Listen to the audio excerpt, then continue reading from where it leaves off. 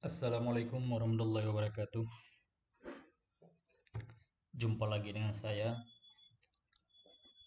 Saya ingin membagi sedikit materi tentang teks berita, yaitu berbicara tentang unsur kebahasaan dalam teks berita yang dipaparkan oleh Muzammil SPD GR. Yang pertama sekali, sebelum kita lanjut, jangan lupa kunjungi channel kami, yaitu Muzammil Pashe, dan jangan lupa di subscribe.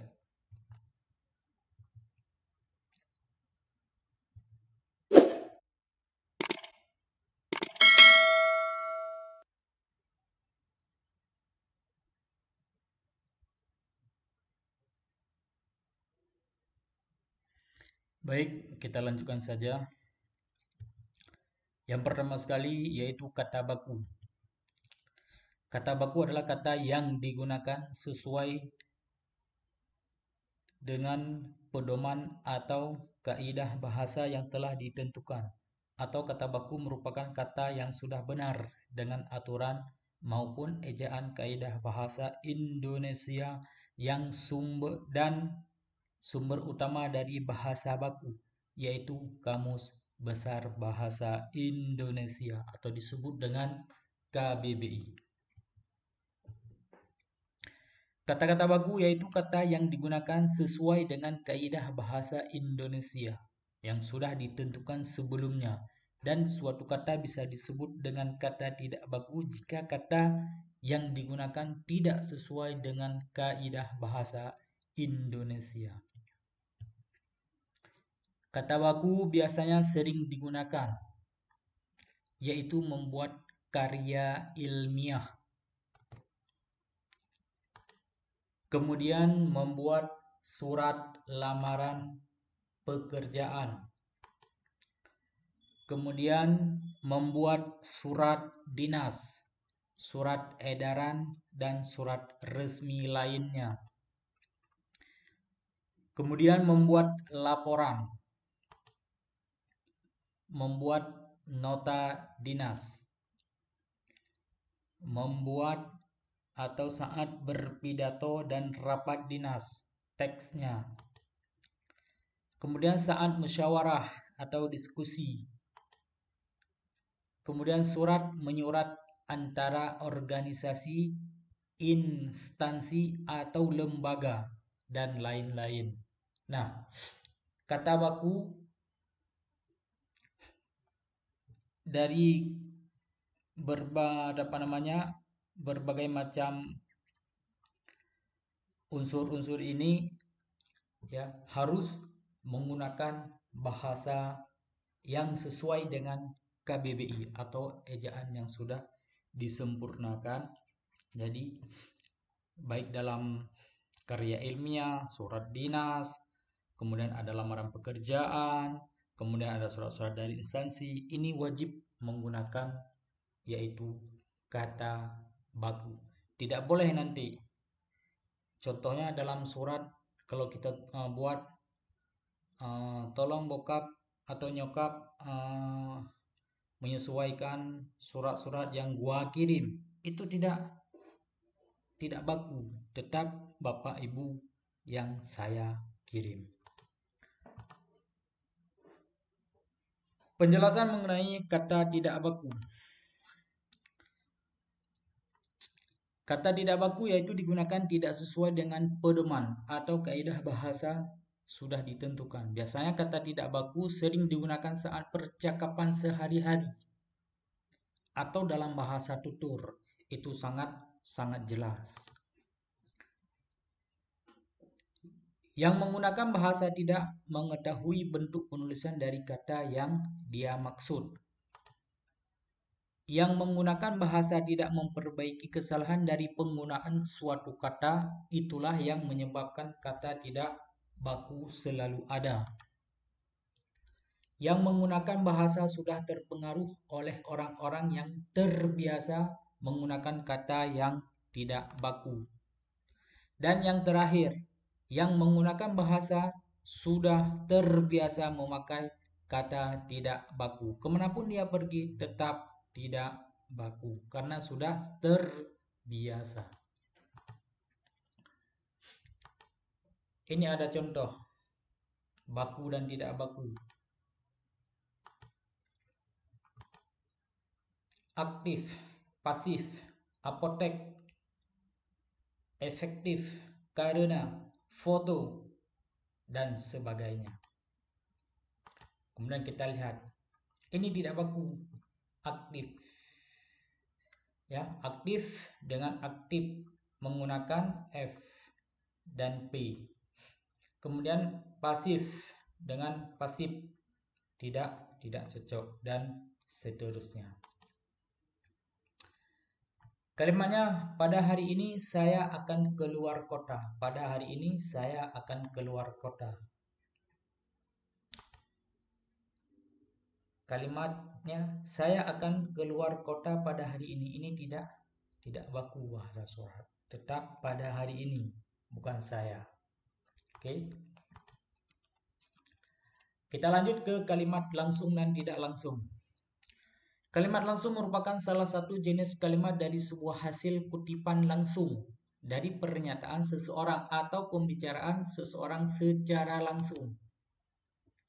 Kutipannya diambil sama persis dengan yang diucapkan oleh orang lain tanpa penambahan ataupun pengurangan kata.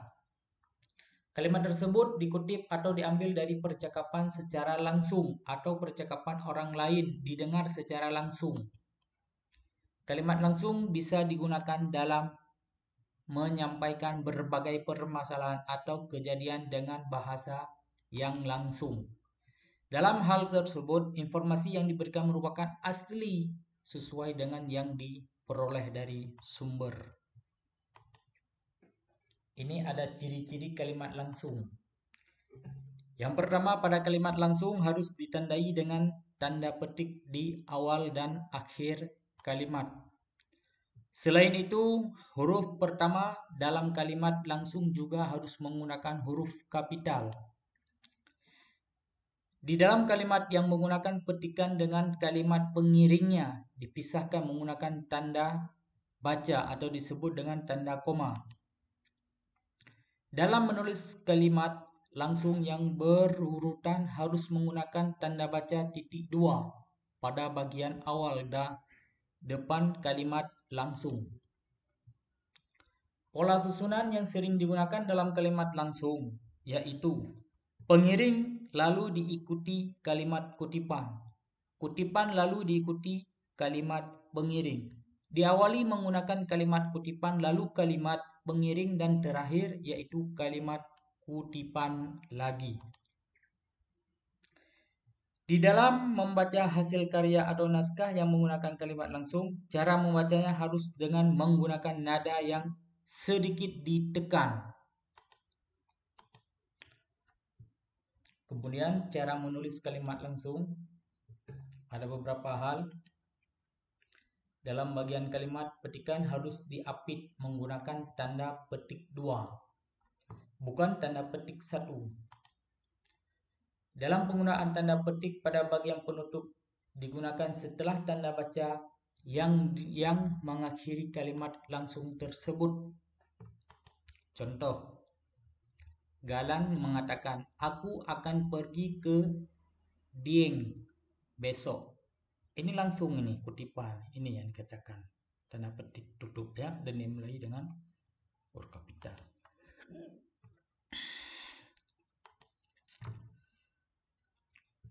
Contohnya yaitu Galan bertanya, kalian semua sudah makan apa belum? Ini langsung.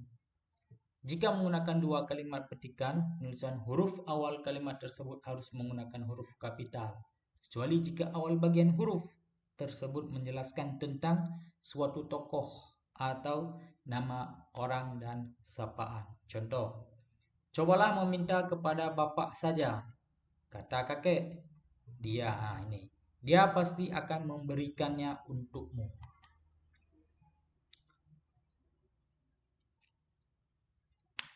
Contoh yang kedua, Bambang mengatakan, aku akan pergi ke selatan. Padahal kata Rana, Budi pergi ke utara. Di atas merupakan cara penulisan kalimat langsung yang benar dan baik. Dan yang paling penting dalam kalimat langsung yaitu pada penggunaan tanda baca. Karena jika salah menggunakan tanda baca akan mengubah makna yang terkandung di dalam kalimat tersebut. Contoh kalimat langsung. Bapak menyuruh belikan rokok di warung. Kamu memang anak yang penurut, kata ibu kepada Lisa. Kata tadi, aku nanti sore akan pergi ke pantai. Paman dipanggil ayah. Paman dipanggil ayah, kata Tika. Disuruh makan. Siapa yang menjadi tersangka dalam kasus tersebut? Tanya wartawan kepada hakim. Masuk ke mobil, jangan dorong-dorongan, kata Pak Guru kepada murid-muridnya. Itu ibu berkata, adik harus rajin belajar supaya pintar ya. Aku sangat lelah hari ini setelah mencangkul di ladang, kata bapak kepada ibu setelah pulang dari ladang. Kata Dika, coba kamu tolong aku untuk mengangkat meja ini ke sana. Dan kita lanjut ke pengertian kalimat tidak langsung. Tadi ke kalimat langsung.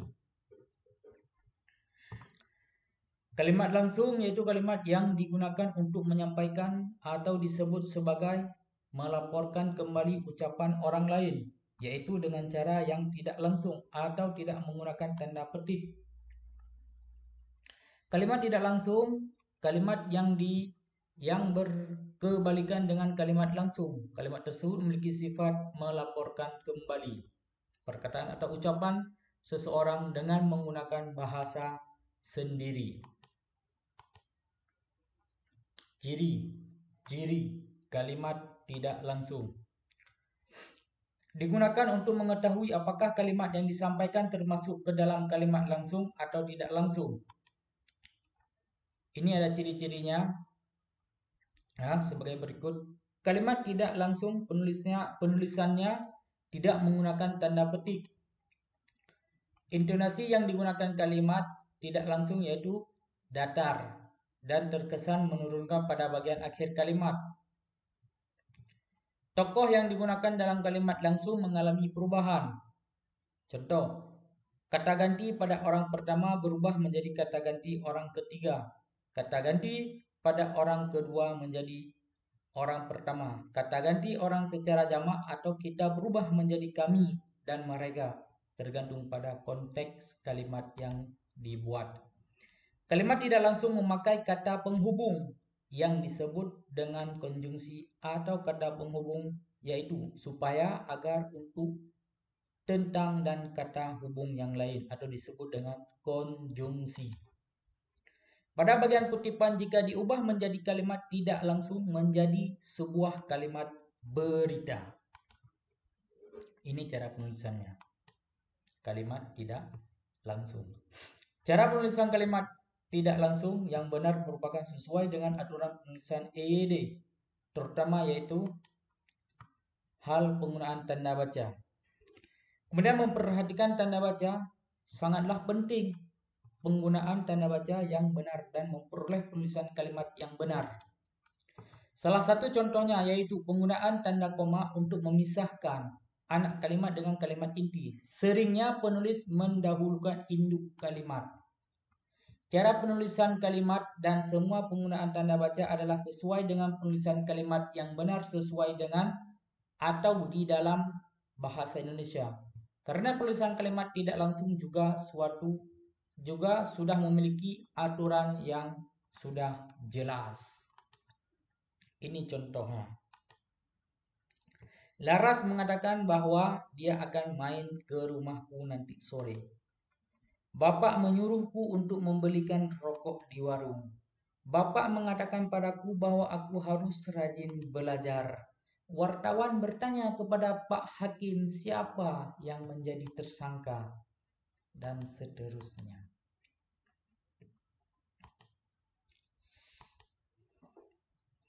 Paman berkata kepadaku bahwa aku harus rajin belajar. Nah, ini beberapa contoh kalimat tidak langsung. Kemudian kita lanjut ke fungsi kalimat langsung dan tidak langsung. Fungsinya yaitu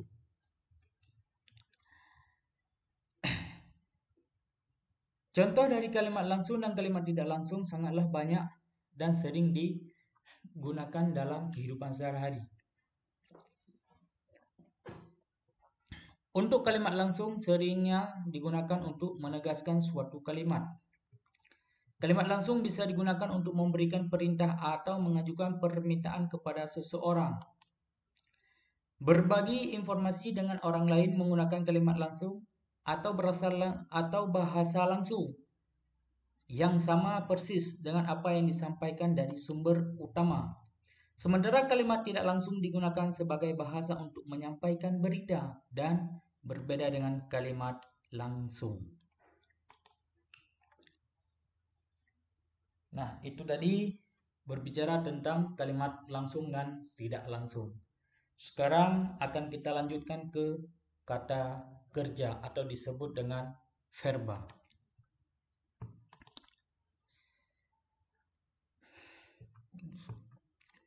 Verba atau kata kerja merupakan salah satu bentuk dari kata yang berfungsi untuk menjelaskan tentang suatu aktivitas atau sebuah kegiatan yang sedang dikerjakan oleh seseorang, sedang dikerjakan.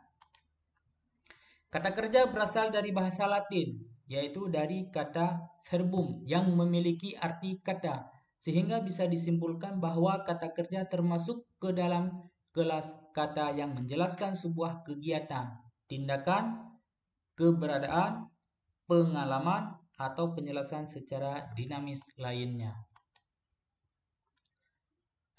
Karakteristik dari kata kerja atau verba. Di sini terdapat beberapa ciri dari kata kerja yang dapat membedakan dengan jenis kata yang lain. Di antaranya, umumnya kata kerja berarti sebuah perbuatan atau disebut dengan aktivitas atau tindakan. Kemudian memiliki arti sebuah proses, kegiatan atau aktivitas yang sedang berjalan dan biasanya disertai dengan kata kerja. Biasanya kata kerja dibuat dengan imbuhan me, di, ter, me, kan, di, kan, beran, memperan, dan juga memperi. Ini karakteristik dari kata kerja tersebut. Kemudian kata kerja dapat juga didahului dengan kata pernyataan waktu. Seperti telah, sedang, akan, hampir, segera, dan sebagainya. Kata ini juga dapat diperluas hanya dengan menambahkan kata dengan atau kata sifat sesudah. Misalnya seperti ia berlari dengan lambat, Nani membaca dengan teliti, dan lainnya. Kemudian ada macam-macam kata kerja. Yang pertama ada verba berdasarkan objeknya. Kata kerja yang dilihat berdasarkan dengan objeknya terdiri dari dua macam. Yang pertama ada verba transitif. Verba transitif ini yaitu salah satu bentuk dari kata kerja yang disertai dengan sebuah objek agar makna yang terkandung di dalamnya dapat dengan mudah dipahami. Contoh, Mama sedang membuat biskuit yang sangat enak.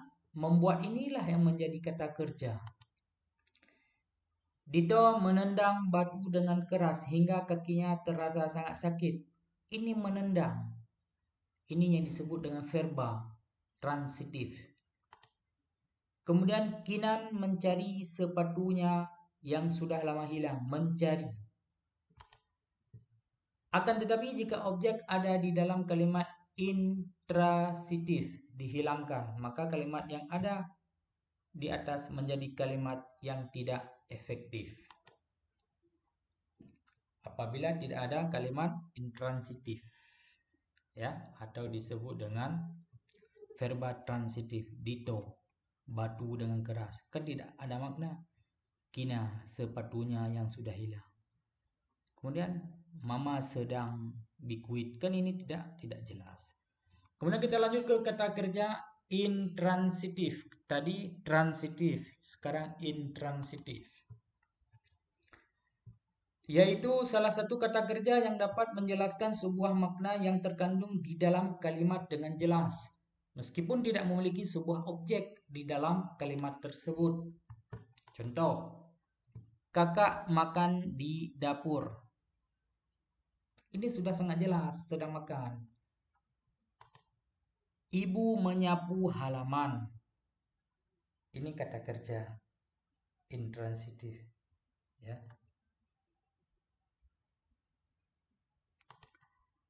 Kakak membaca dan adik menulis di ruang tamu. Nah, inilah ya contoh dari kata kerja transitif dan intransitif. Kemudian kita lanjut ke verba berdasarkan subjeknya. Kata kerja yang dilihat berdasarkan dengan subjeknya terbagi menjadi dua. Yang pertama ada verba aktif. Verba aktif ini adalah salah satu jenis kata kerja yang subjeknya berperan sebagai pelaku. Contoh seperti Faisal memukul tembok itu karena sangat kesal. Sonia memberi pengemis itu dengan selembar uang 50.000. Tita berlari sangat kencang karena dikejar oleh penculik. Nah, ini tadi ya 3 contoh dari verba aktif. Kemudian kita lanjut ke verba pasif, yaitu salah satu bentuk dari kata kerja yang subjeknya berperan sebagai penderita. Kata kerja pasif pada umumnya mempunyai ciri-ciri dengan adanya sebuah awalan di dan ter. Kalau tadi me dan ber, tapi ini tidak saya baca tadi. Contoh, anak itu dimarahi oleh ayahnya karena ketahuan menjahili adiknya. Dimarahi, ya, ada di. Kemudian Dinar dinasihati ibunya karena sering bolos sekolah. Aku terlempar dari motor saat kecelakaan itu. Ya, ada ini ter.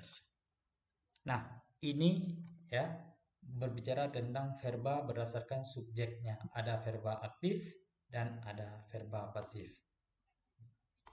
Kemudian kita lanjut ke contoh kata kerja. Ini contoh kata kerja. Ya. Yang pertama pukul. Yang kedua tendang. Pukul, Andi memukul anjing. Tendang, Doni menendang bola kaki. Menyapu, ayah menyapu di halaman rumah. Memberi, adik sedang memberi umpan ayam. Andi memotong rumput di halaman rumah. Menggoreng, ibu sedang menggoreng ikan di dapur. Dikejar, saya dikejar oleh anjing gila. Mengepel, paman sedang mengepel lantai masjid. Pak Toha ditangkap oleh polisi karena mencuri ayam. Berlari, saya berlari sangat jauh dikarenakan dikejar oleh anjing. Bernyanyi, Andi dan Nita sedang bernyanyi di panggung utama. Bermain, adik bermain sepeda motor di hadapan orang banyak. Nah, itu tadi ya yang disebut dengan kata kerja. Kemudian kita lanjut ke kalimat verbal. Ayah membeli motor baru untuk adik. Ibu menggoreng ikan lele untuk makan siang. Tina mengerjakan PR. Laila sedang bernyanyi di kamar mandi. Adik menyapu lantai dan kakak mengepel lantai. Para petani mulai sibuk memanen. Adik memakan buah apel di bawah pohon mangga. Safaluna sedang menyapu halaman hingga bersih. Tiara berjalan dengan cepat karena ada yang mengikuti di belakangnya. Dinar menangis di kamarnya karena sedang patah hati. Inilah beberapa contoh kalimat verba.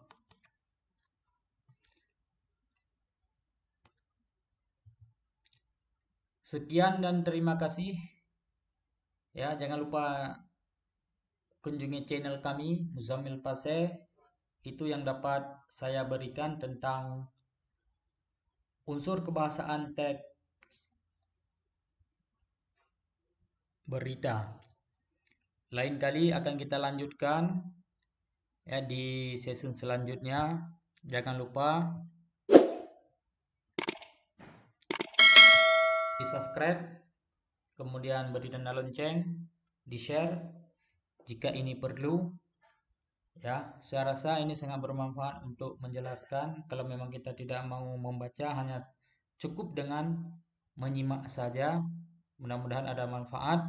Sekian dari saya. Akhir kata, Assalamualaikum warahmatullahi wabarakatuh.